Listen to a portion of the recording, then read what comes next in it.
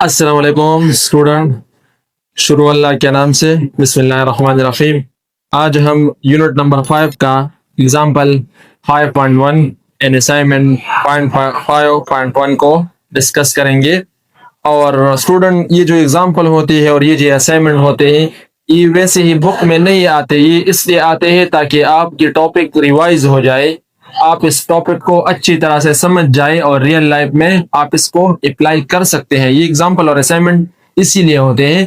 तो इसी वजह से इंशाल्लाह मेरी पूरी कोशिश होगी कि मैं आपको यहाँ पर जो Newton law of universal gravitation है, ये उसी पर बेस है, उसको भी मैं समझाने की आपको पूरी कोशिश करूंगा। तो चलिए टॉपिक की तरफ। Example 5.1 says this, suppose you have mass of 45 kilogram. ये कहते हैं कि फर्ज करें कि आपकी मास 40 किलोग्राम है and A 45 kilogram person is sitting on A bench. और एक दूसरा 45 किलोग्राम पर्सन जो है वो एक बेंच पर बैठा है, क्लोज टू यू, आपके नजदीक एक दूसरा 45 किलोग्राम पर्सन आपके साथ जो है बैठा हुआ है। Such that the distance between centres of you and the person is 0.5 metre. ये दूसरा शख्स आपके करीब इसी तरह बैठा है। Such that the distance between the centres of you, कि आपकी सेंटर से लेकर and the person is 0.5 metre, कि आपकी सेंटर से लेकर उस दूसरी पर्सन के सेंटर तक का जो फासला है वो है 0.5 metre. Estimate the magnitude of the gravitational force. Estimate कहते हैं कि अंदाजा लगाओ ग्रेविटेशनल फोर्स की मिकदार का, you exert on that person, जो आप अप्लाई करते हैं उसी दूसरी पर्सन पर। आई होप ये आपको समझ में आ गया होगा और ये आपको स्क्रीन पर भी दिखाई देगा। तो चलिए अब इस बात की तरफ चलते हैं कि मैंने उसका भी एक डायग्राम भी बनाया है कि लेट्स सपोज EP1 है पहला पर्सन और EP2 है जो कि दूसरा पर्सन है। P1 पर्सन नंबर 1 और पर्सन नंबर 2, आप ये जो है ना, उन दोनों के सेंटर्स के दरमियान का जो फासला है वो है 0.5 मीटर। और पहली पर्सन का मास 40 किलोग्राम है और दूसरे पर्सन का मास 45 किलोग्राम है। तो हमने ये मालूम करना है कि ये M1 M2 पर कितनी फोर्स लगाएगी, ये हमने मालूम करना है। जिस तरह के Newton law of universal gravitation में आता है कि तमाम कायनात में जितनी भी ऑब्जेक्ट्स है, लेट्स सपोज कोई भी दो ऑब्जेक्ट्स है, वो दोनों ऑब्जेक्ट्स एक दूसरे पर फोर्स अप्लाई करते हैं। अब आपको पता चल जाएगा ये बिल्कुल एक रियल लाइफ प्रॉब्लम है। दो स्टूडेंट्स है, एक की मास 40 किलोग्राम, दूसरे की मास 45 किलोग्राम, और उन दोनों के बीच का जो फासला है उनके सेंटर से लेकर वो 0.5 मीटर है। अब आपको पता चल जाएगा कि इन दोनों स्टूडेंट के दरमियान से भी फोर्स होती है, लेकिन उसकी वैल्यू बहुत कम होती है, उसी वजह से वो हमें महसूस नहीं होती।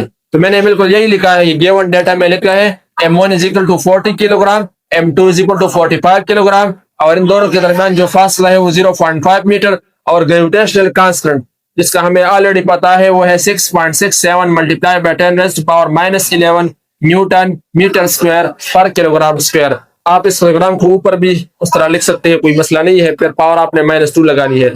रिक्वायर्ड में हमसे क्या है, फोर्स ऑफ ग्रेविटी है, यानी इन दोनों, ये जो M1 है ये M2 पर कितनी फोर्स अप्लाई करता है जिसकी वजह से ये M2 को अपनी तरफ खींचती है, वो कितनी फोर्स है वो मालूम करना है। तो हमें पता है, we know that F is equal to G M1 M2 divided by R square. यहाँ पर मैं सिर्फ वैल्यू पुट कर स्क्वायर। अब आप देखिए, पहले तो हम इसकी मल्टीप्लिकेशन करते हैं, आ जाएगा 1800। तो आंसर आ जाएगा FG is equal to 6.67 multiply by 10⁻⁻11 newton metre square पर किलोग्राम स्क्वायर, और इससे आ जाएगा 1800। और ये जो केजी मल्टीप्लाई हो जाएगी वो हो जाएगा kg स्क्वायर, और 0.5 का जब हम स्क्वायर लेंगे तो हमारे पास आंसर आ जाएगा 0.25, और ये मीटर का भी स्क्वायर हो जाएगा 0.25 मीटर स्क्वायर। अब ये मीटर स्क्वायर इसी मीटर स्क्वायर के साथ कैंसिल हो गया, ये केजी स्क्वायर इसी केजी स्क्वायर के साथ कैंसिल हो गया। और जब हम 1800 को 0.25 पर डिवाइड करेंगे तो हमारे पास आंसर आ जाएगा 1800 डिवाइडेड बाय 0.25। तो हमारे पास इससे वैल्यू आ जाएगी 7200। So 6.67 multiply by 10 rest power -11। ये सिर्फ न्यूटन यहाँ पर बच गया, और यहाँ पर आ जाएगा 7200। ये वैल्यू आ जाएगी। जब हम 6.67 को इसके साथ मल्टीप्लाई करेंगे तो हमारे पास आ जाएगी 6.67। तो आ जाएगी हमारे पास value 48024 multiply by 10 raised to power -11 newton. ये पॉइंट यहाँ पर है। हम इसको पॉइंट को उधर भी ला जा सकते हैं, कोई मसला नहीं है। हमने फिर से यहाँ पर जीरो जो है कम करने होंगे। अगर हम इसको ऐसा भी लिखे, पॉइंट को थोड़ा इसी तरह ले आते, तो जब हम पॉइंट को इस तरफ लाएंगे तो 1 2 3 4, ये हमने 4 डिजिट्स तक पॉइंट को इस तरफ ले गए, तो हमारे पास ये पावर डिक्रीज हो जाएगी। तो 11 से जब हम 4 माइनस करेंगे तो हमारे पास आ जाएगा -7, 10 रेज़्ड टू पावर -7 न्यूटन। वैसे वो आंसर भी ठीक है, कोई मसला नहीं है, इस तरह भी आप कर सकते हैं, दोनों सेम ही चीज है। तो इन दोनों पर्सन के दरमियान जो फोर्स ऑफ ग्रेविटी था वो इतनी वैल्यू आ रही थी। अब स्टूडेंट, अब आप देखिए कि M1 वाला पर्सन जिसको न्यूमेरिकल में कहा था कि वो आप है, तो M1 वाला पर्सन M2 पर इतनी फोर्स लगा रहा था। तो आप देखिए ये फोर्स जो है बहुत ही कम है, इसकी वैल्यू माइनस में आती है तकरीबन। अगर हम इस 4 के आगे कितनी जीरोस लगाएंगे, 6 जीरो लगाएंगे, 0.000004804 न्यूटन। ये फोर्स इतनी है, ये तो बहुत छोटी सी वैल्यू है, तो इसी वजह से ये हमें महसूस नहीं होती ये फोर्स। ये हत्ता कि अगर हम बड़ी बिल्डिंग्स की भी बात करें, अगर हमारी मास है और एक बिल्डिंग की मास है, तो हम बिल्डिंग हमें क्यों अट्रैक्ट नहीं करती, उसके दरमियान जो फोर्स ऑफ अट्रैक्शन है ग्रेविटी की वजह से, उसके दरमियान जो फोर्स है वो भी बहुत कम वैल्यू आती है। आप देखिए 0.000, तो ये फोर्स बहुत ही कम आती है, तो इसी वजह से हमें ये फोर्स जो है हम फील नहीं कर सकते। तो आज ये रहा आज का असाइनमेंट 5.1 की तरफ। जैसा कि आपको स्क्रीन पर दिखाई दे रहा है, assignment 5.1 says that the mass of earth is 6 multiplied by 10 raised to power 24 kilogram. आपको ये कहा जा रहा है कि जमीन की मास वो है 6 multiplied by 10 raised to power 24 kilogram, and that of the moon is 7.4 multiplied by 10 raised to power 22 kilogram, और मून की जो मास है उसकी इतनी वैल्यू है। If the distance between the earth and the moon is 3.84 multiplied by 10 raised to power 5 kilometre. अब आपको ये कहा जा रहा है if the distance between, अगर फासला हो between the earth and the moon, जमीन और चांद के दरमियान जितना फासला है वो हो 3.84 multiplied by 10 raised to power 5 kilometre. अगर इतना फासला इन दोनों के दरमियान हो, calculate the force exerted by the earth on moon। आपको ये कहा जा रहा है कि आपने मालूम करनी है वो force exerted by the earth on moon जो अप्लाई करती है जमीन चांद पर, यानी जमीन चांद पर कितनी फोर्स अप्लाई करती है, आपने वो फोर्स मालूम करनी है।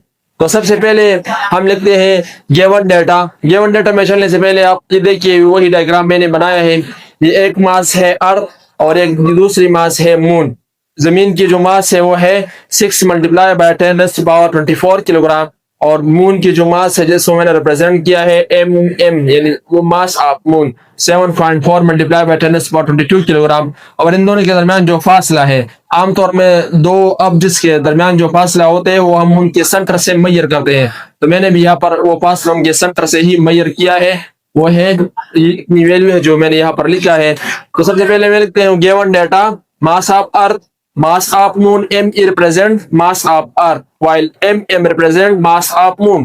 radius यानी वो फासला, वो डिस्टेंस जो जमीन और चांद के दरमियान है वो है 3.84 multiplied by 10 raised to power 5 kilometre. अब स्टूडेंट यहाँ देखिए कि ये किलोमीटर में आ गया है ये वैल्यू, तो हमने इसको मीटर में कन्वर्ट करना है। तो हमें पता है कि किलो बराबर है 10 raised to power 3 की, तो मैंने यहाँ पर 10 raised to power 3 लिखा। अब देखिए जब बेसिस सेम हो तो हम पावर को ऐड कर सकते हैं, तो इस वजह से मैंने इन पावर को ऐड कर दिया, तो ये आ गया 3.84 multiplied by 10 raised to power 8 metre. और जी की वैल्यू भी हमें मालूम है, यूनिवर्सल कांस्टेंट है, उसकी वैल्यू है 6.67 multiply by 10⁻11 newton metre square पर किलोग्राम स्क्वायर। अब हमने ये मालूम करना है कि जमीन जो है, ये हमारी जो मून है, वो चांद पर कितनी फोर्स एग्जर्ट करती है, अप्लाई करती है, वो हमें मालूम करनी है। तो हमें पता है कि we know that Newton law of universal gravitation से हम किसी भी दो ऑब्जेक्ट्स के दरमियान फोर्स ऑफ ग्रेविटेशन मालूम कर सकते हैं, फोर्स ऑफ अट्रैक्शन हम मालूम कर सकते हैं। तो मैं यहाँ पर लिखता हूँ F G is equal to G, m1 की जगह मैं पुट करता हूँ me, और m2 की जगह मैं पुट करता हूँ mm। ये कोई मसला नहीं है, अगर आप इसको m1 भी यहाँ पर कंसिडर करेंगे वन डेटा में तो कोई रॉन्ग नहीं आएगा। इसका स्क्वायर है फार्मूले में, तो यहाँ पर भी हम इसका स्क्वायर ले लेंगे। जब हम 6 को 7.4 से मल्टीप्लाई करेंगे तो हमारे पास आ जाएगा 7.4। इससे वैल्यू आएगी 44।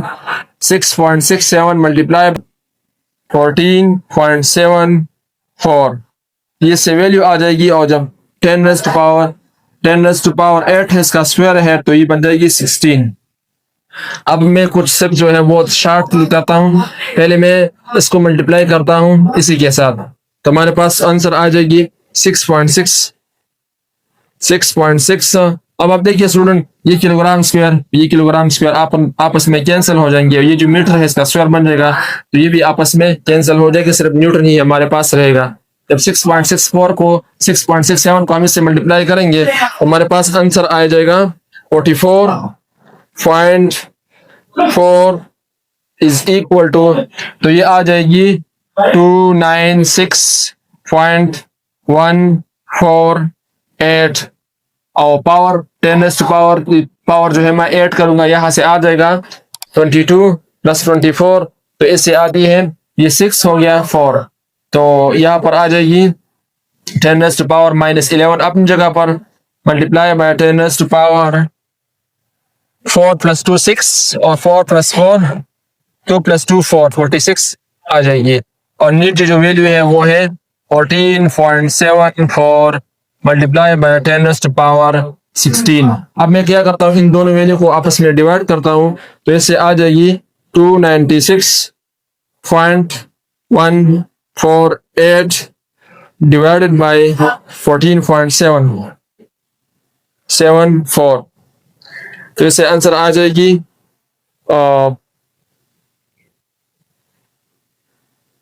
20.09, और 10 रेज़ टू पावर माइनस ये पावर भी जो है, अब इसको मैं ऊपर ले जाऊंगा तो ये -16 बन जाएगा। तो 10 raise to power -11 multiply by 10 raise to power 46 multiply by 10 raise to power -16 और न्यूटन। अब मैं क्या करता हूँ, सिंपली इस 20.09 मल्टीप्लाई बाय इन दोनों के पावर्स को मैं सिंपली ऐड करता हूँ, तो -11 प्लस 46 -6, तो इससे आ जाएगी -11